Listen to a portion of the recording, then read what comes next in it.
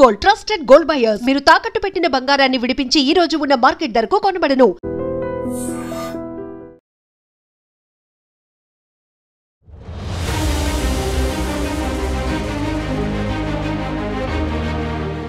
నమస్కారం, welcome to I dream. నేను మీ సంగీత. కర్ణాటక జిల్లాలోని బెంగళూరులో పట్టపగలు నడి రోడ్డు పైన ఏదైతే క్యాష్ వ్యాన్ ఉంటుందో ఆ క్యాష్ వ్యాన్లో ఉన్న 7 కోట్ల రూపాయలని మేము ఇన్కమ్ ట్యాక్స్ ఆఫీసర్స్మి అని చెప్పేసి చోరీ చేయడం జరిగింది. అసలు ఏం జరిగింది, ఎట్లా 7 కోట్ల రూపాయలను వారు కొట్టివేయడం జరిగింది అనేది మనం ఒక్కసారి తెలుసుకుందాం. ఇలాంటి వాటిలలో కూడా కేసులు ఎలా సాల్వ్ చేస్తారు, ఎలాంటి శిక్షలు ఉంటాయి అనేది కూడా మనం మాట్లాడుకునే ప్రయత్నం చేద్దాం.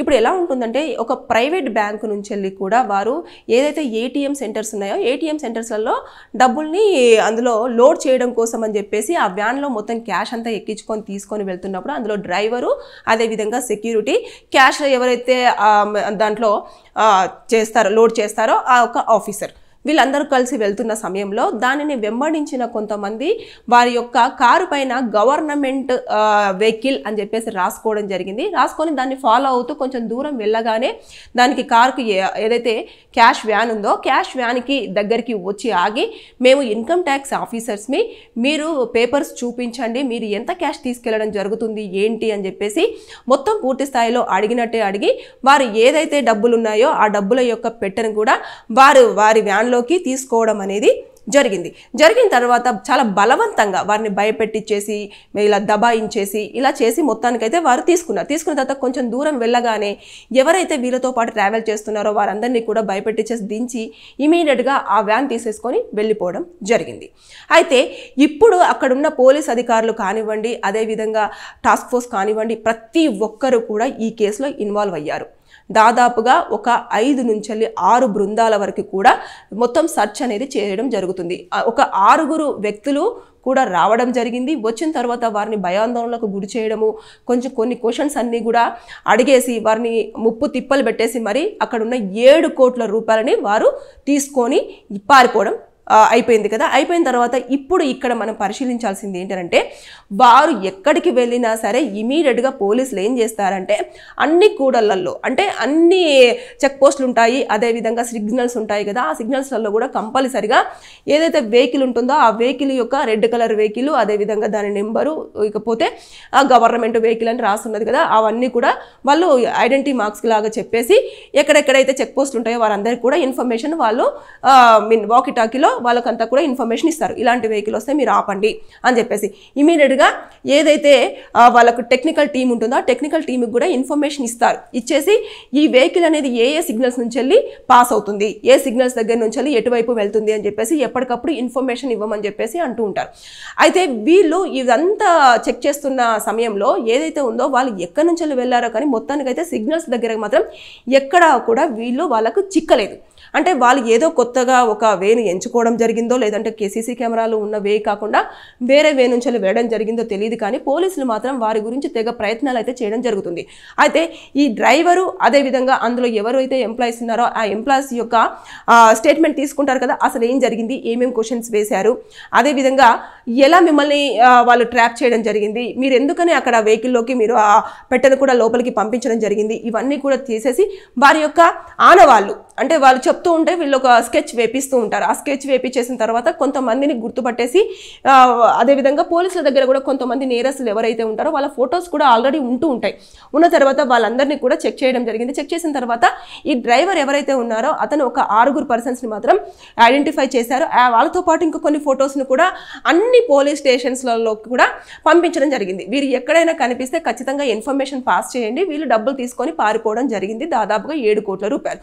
అది ఏ బ్యాంకు నుంచి వెళ్ళింది అనేది మాత్రం ఇప్పటి వరకు కూడా అది మెన్షన్ చేయలేదు. రీజన్ ఏంటంటే, ఒకవేళ ఈ బ్యాంకు నుంచి 7 కోట్ల రూపాయలు పోయినాయి అంటే కస్టమర్స్ కంపల్సరీగా అక్కడికి వచ్చి నా డబ్బులు ఖచ్చితంగా ఇవ్వండి అని చెప్పేసి వారు దొరుకుతాయో దొరకయో, మేము నష్టపోతామో ఏంటో అని చెప్పేసి ఆందోళన చేస్తారు. కాబట్టి ఈ విషయాన్ని మాత్రం ఎట్టి పరిస్థితుల్లో పాస్ చేయకుండా ఒక ప్రైవేట్ బ్యాంక్ అని చెప్పేసి మాత్రమే అన్ని మీడియాస్లలో కూడా అనౌన్స్ చేయడం అనేది జరుగుతూ వచ్చింది. ఇకపోతే ఏదైతే ఉందో ఎప్పుడైతే క్యాష్ వ్యాన్లోకి డబ్బులు ఎక్కిస్తారో ఎన్ని కోట్లైనా, అవి లక్షలైనా కోట్లైనా ఏదైనా సరే, బ్యాంకు వాళ్ళు దాని పైన ఉన్న నెంబర్స్ అన్నీ కూడా నోట్ చేసుకుంటారు.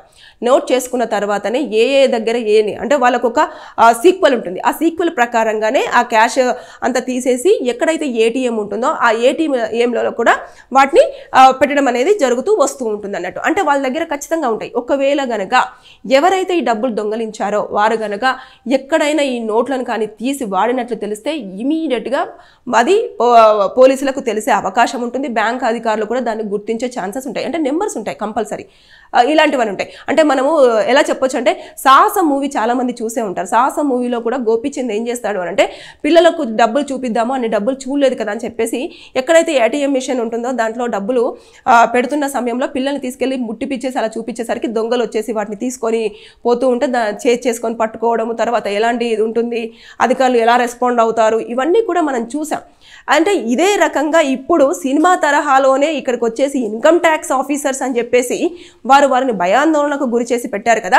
ఇదంతా కూడా వాళ్ళు దొంగతనం చేశారు కాబట్టి థెఫ్ట్ కింద కేసు ఫైల్ అవుతుంది. అదేవిధంగా ప్రభుత్వ అధికారులము, అది కూడా ఇన్కమ్ ట్యాక్స్ ఆఫీసర్స్ అని చెప్పేసి వారు ఒక గవర్నమెంట్ వెహికల్ని కూడా యూజ్ చేశారు కాబట్టి దాని ప్రకారంగా వారికి సెక్షన్స్ అనేది అట్రాక్ట్ అవడం అనేది జరుగుతూ వస్తుంది. ఒకవేళ వారు కనుక దొరికారు అంటే 7 సంవత్సరాల వరకు జైలు శిక్ష ఉంటుంది. దాంతోపాటు ఫైన్ విధించే అవకాశాలు కూడా ఉంటాయి. కొన్ని సందర్భాలలో 2 కూడా పడే ఛాన్సెస్ ఉంటాయి. ఏదేమైనా సరే కానీ ఇప్పుడు ఈ బ్యాంక్ వాళ్ళని ఏ విధంగానైతే డాక్యుమెంట్స్ అడగడం కానివ్వండి, మీరు నిజంగానేనా లేకపోతే ఇవి ఏమన్నా అదా అని చెప్పేసి వాళ్ళని ఎట్లయితే ఎంక్వైరీ చేశారో వీళ్ళు కూడా అదే తరహాలో వారి అధికారులకు కాల్ చేయడమో, లేదు అంటే పోలీసులకు ఇన్ఫర్మేషన్ ఇవ్వడమో, లేదు అనుకుంటే మీరు నిజంగానే ఇన్కమ్ ట్యాక్స్ ఆఫీసర్సా కాదా అని చెప్పేసి వారు ఎంక్వైరీ చేసే ప్రయత్నం మానేసి వాళ్ళు భయానికి గురైపోయి ఉన్న 7 కోట్ల రూపాయలను వారికి ఇచ్చేసి పంపించినట్టే అయిపోయింది. కాబట్టి ఇక్కడ చూసేసుకుంటే చాలా పెద్ద ఎత్తున కూడా ఇప్పుడు ఇది కర్ణాటకలో చాలా చర్చనీయాంశంగా మారిపోయింది. పోలీసులకు కూడా సవాల్గానే మారింది.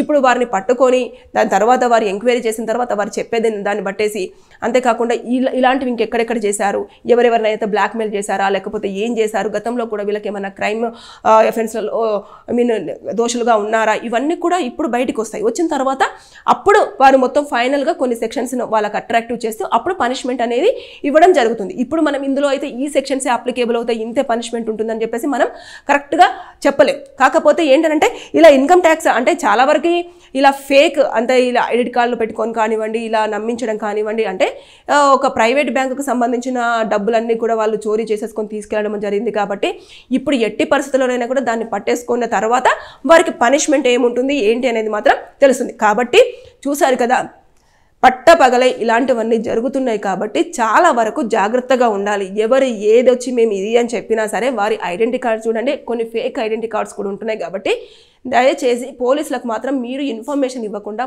మర్చిపోవద్దు. ఖచ్చితంగా పోలీసులకు ఇన్ఫర్మేషన్ ఇస్తే ఆ హెడేక్ ఏదో పోలీసులే పడతారు. అంతేకాని దాన్ని మనం తీసేసుకొని బాధపడి మన దగ్గర ఉన్న దాన్ని నష్టపోయిన తర్వాత బాధపడాల్సినంత అవసరం లేదు. ఇప్పుడు 7 కోట్ల రూపాయలు పోతే కస్టమర్స్ యొక్క కష్టం చేసుకొని దాచుకున్న సొమ్మదంతా దాన్ని ఇప్పుడు బ్యాంకు వాళ్ళు ఎలా ఫిల్ చేయాలి అనే దాని మీద తలా ములకలు అవుతూ ఉంటారు. ఇంకా దాంతోపాటు ఇప్పుడు ఆ డబ్బులు దొరికితేనే కస్టమర్స్కి వీళ్ళు హ్యాపీ, లేకపోతే ఆ డబ్బుల్ని ఎలా అరేంజ్ చేయాలి, ఎక్కడి నుంచి తీసుకురావాలి ఏంటి అని చెప్పేసి ఇప్పుడు బ్యాంకు వాళ్ళకు పెద్ద సవాల్గా మారే అవకాశం ఉంటుంది. దాంతోపాటు ఇప్పుడు ఎవరైతే ఆ డ్యూటీలో ఉండి ఆ ఒక క్యాష్ వ్యాన్తో వెళ్ళారో వారందరి మీద కూడా ఎంక్వైరీ వేటు పడుతుంది. తర్వాత నెక్స్ట్ వాళ్ళని ఎంక్వైరీ చేస్తారు. అంటే ఇలా కూడా ఆలోచిస్తారు పోలీసులు, వీరికి ఏమన్నా వారికి అంటే ఇదే టైంలో వ్యాన్ ఎందుకు వెళ్తుంది, లేకపోతే ఇదే వెళ్ళినప్పుడు ఈ వెహికల్ ఎలా వస్తుంది, వాళ్ళు ఎందుకు ట్రాప్ చేశారు, ఎందుకని తీసుకొని వెళ్ళారు, ఎందుకని వీళ్ళు సపోర్ట్ చేశారు అనే దానిపైన కూడా ఇన్ని రకాల పలు క్వశ్చన్స్ కూడా వారిని కూడా అడగడం జరుగుతుంది. సో ఏదేమైనా సరే కానీ ఇలాంటివన్నీ జరుగుతున్నాయి కాబట్టి చాలా పెద్ద మొత్తంలో కూడా డబ్బులను దోచేస్తున్నారు. అది కూడా వారు భయపెట్టించేసి భయాందోళనకు గురి చేసి ఇలాంటివి జరుగుతున్నాయి. కాబట్టి మనం ఎప్పటికప్పుడు అప్రమత్తంగా ఉండాలి.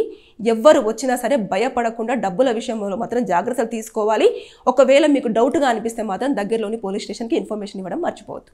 Thank you. నిజంగా ప్రస్తుతం ఉన్నటువంటి సమాజం దేనికి ప్రయారిటీ ఇస్తుంది? ఆర్థిక సంబంధాల చుట్టూ మాత్రమే తిరుగుతుంది. మళ్ళీ ఎన్నికలంగానే చాలా విరక్తి కలుగుతుంది. మంచి అనిపిస్తుంది కదా, లేడీస్ కూడా ఛాలెంజింగ్ జాబ్స్ చేసినప్పుడు చాలా బాగుంటది. ట్రాఫిక్ అసిస్టెంట్స్ గా నియమించిన ట్రాన్స్జెండర్స్ అందరితో సాల్యూట్ చేయించుకుంటున్నారు. ఫుడ్ డెలివరీ ఇవ్వటానికి వెళ్ళినటువంటి డెలివరీ బాయ్ అనిల్ పై కళ్ళ ముందు